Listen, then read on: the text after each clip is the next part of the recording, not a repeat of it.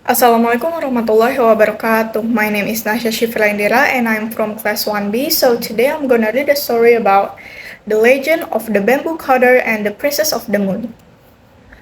Long ago, an old bamboo cutter and his wife eked out a lonely existence. One day, the bamboo cutter was surprised to see a bamboo stalk glowing with light. When he cut it open, he found a tiny girl nestled inside. He took her home, and he and his wife raised the radiant child as their own. When the bamboo cutter returned to work, he found that the stalk the child had occupied would contain gold when he cut it open again. Soon, he and his wife were rich and able to buy a big house.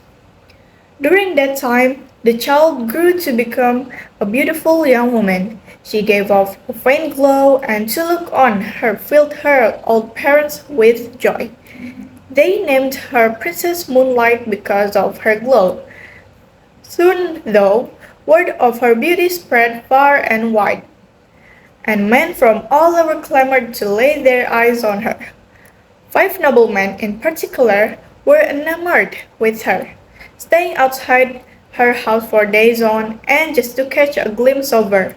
Finally, her aged father pursues the girl to at least give them a chance. She tells the would-be husbands that she would marry whoever carries out a task she gives them. Each was given an impossible task.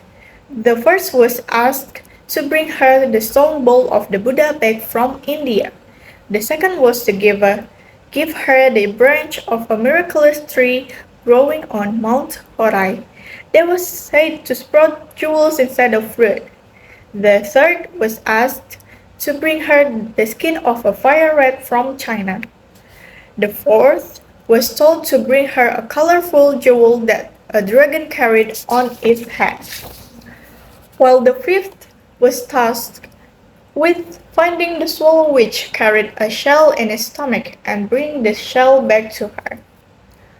Long story short, each noble failed in his task. Some tried to deceive Princess Moonlight, while others gave up when the task proved impossible. One noble was severely injured or killed in some versions.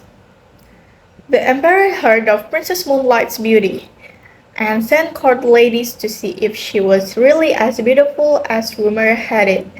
When they returned and said that it was indeed true, he, he summoned Princess Moonlight to the palace. She refused. Intrigued, he visited her home and quickly became smitten with her. However, Princess Moonlight was not interested in any terrestrial suitor. She was gradually becoming more withdrawn and would spend a lot of time at night staring at the moon.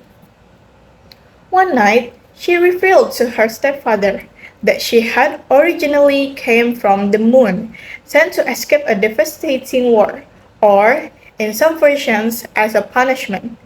She said that she would one day return, and she did not want to be tied down in a marriage. Her parents grieved that she would one day leave them. The emperor, who heard the news, was not happy at all. When the emperor had confirmed it, he sent troops to secure the house. 1,000 were stationed on the roof, while another 1,000 watched the perimeter. Princess Moonlight's parents hid her in an inner room. Princess Moonlight tried to dissuade the would-be protectors, saying that no preparations of the earth dwellers could stop the moon people, but they continued to keep her under guard. The night wore on and the moon rose high. Dawn approached and the earthlings believed that they would make it through the night without incidents. Then a cloud began to form on the moon. It rolled toward them until it loomed over the house. Radiant figures stood in a giant cloud-wreathed chariot. The moon people explained that they sent the girl to earth, and the gold was also sent as a stipend for her care. The moon people wouldn't be talked out of their purpose. They offered Princess Moonlight the elixir of life and a potion which would wipe her experiences on Earth from her memory forever.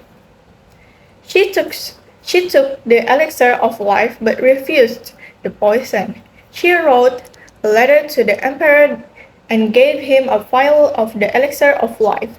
She leaves the letter and drinks the potion before being taken back home to the moon.